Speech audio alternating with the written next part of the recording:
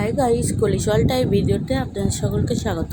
আশা করছি আপনারা সবাই ভালো আছেন, আমিও খুব ভালো আছি। কালকে ছিল ফলহারিণী অমাবস্যা। আমাদের এখানেই একটা মিনি তারাপীঠে চলে গেছিলাম, মানে তারা মায়ের মন্দির একটা। তো এই যে গিয়েছিলাম, কালকে প্রচণ্ড গরম ছিল। এই যে কার্পেটগুলো বেছানো ছিল, তাদের ভিজে ভিজে ছিল। উঠে যাচ্ছিলাম মায়ের মন্দিরে দর্শন করতে। ওইখানেতে ওই যে লাইন দেখতে পাচ্ছেন, ওই লাইনেতে 35 টাকা করে টিকিট কেটে মায়ের ভোগ প্রসাদও খাওয়ানো হয় প্রত্যেক বৃহস্পতিবার। তো আমরাও চলে গেছিলাম সেই মায়ের ভোগ প্রসাদ বোধ করতে। এই যে পাহাড় তলায় অনেকজন বসেও ছিল। মায়ের পাদুকা, এই যে মায়ের পাদুকা, মা তারা মা। তো মাকে দর্শন করে নিয়ে চারিদিকে ঘুরে ঘাড়ে একটু।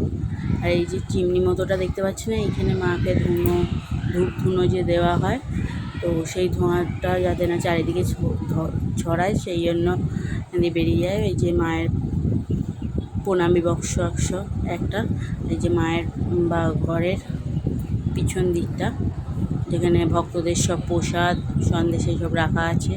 এখানে একটা ঢাক আছে, আর ইলেকট্রিক ঢাকও রয়েছে। এই সিঁড়িটা উঠে গেছে মায়ের চূড়াতে, কিছু কাজ থাকলে যাওয়ার জন্য এখানে বসার কিছু সোফা রয়েছে। এই যে মায়ের এই দরজাটা এইদিকে খোলা ছিল, মাকে দর্শন করলাম। মায়ের ঘরেতে টেবিল ফ্যান চালানো ছিল, আবার এসিও আছে, এটা আপাতত চলছিল না। মায়েরও তো গরম লাগে, তাই না? আর এটা হচ্ছে মায়ের আলাদা করে ভোগ হয়, একদম মায়ের কাছে যেটা নিবেদন করা হয়। কেউ ভোগ দিতে চাইলে এই ঘরটাতে আর কি ভোগ হয়। যে মায়ের সব বাসনপত্র, সবজি রয়েছে। এখানে 2-3টে ঘর রয়েছে, তালা দেওয়া আছে, হয়তো মায়েরই সব যারা শাড়ি গয়না টয়না দেয় এখানে রাখা থাকে স্টোরে। আর এই দিকটা দিয়ে বেরোলে এই যে ওইখানে যে খাওয়ানো হচ্ছে, ওই খেয়েছে। এখান দিয়ে রাস্তাটা বেরিয়ে কল আছে, কলেতে হাত ধোয়ার জন্য এখানে 2-3টে কল রয়েছে। আর ওই দিকেতে আপনাদের দেখাবো যেখানে আর কি মানে যারা টিকিট কেটে ভোগ প্রসাদ গ্রহণ করে তাদের খাবারটা যেখানে রান্না হচ্ছে।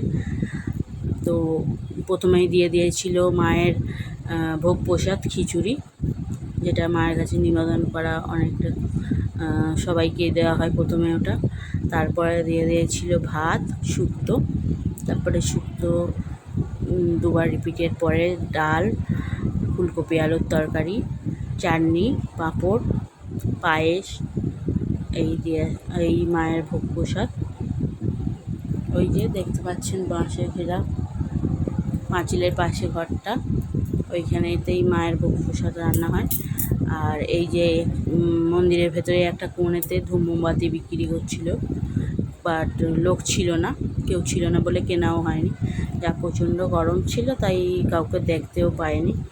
এই যে রোদেতে সবাই দাঁড়িয়ে ছিল। এই যে এইখানটা করে মায়ের ভোগ প্রসাদ আর কি রান্না হয়, যেটা সবাই গ্রহণ করে। আর এই যে লাইনে অনেক ভিড় ছিল, গরমেতে সবাই মানে নাজেহাল। এই যে আমাদের লাইন চলে এসেছিলো, আমরা খেতেও বসে পড়েছিলাম। তো এখানেই শেষ করছি ভিডিওটা। ভালো লাগলে লাইক, কমেন্ট এবং সাবস্ক্রাইব করে দেবেন। Thank you.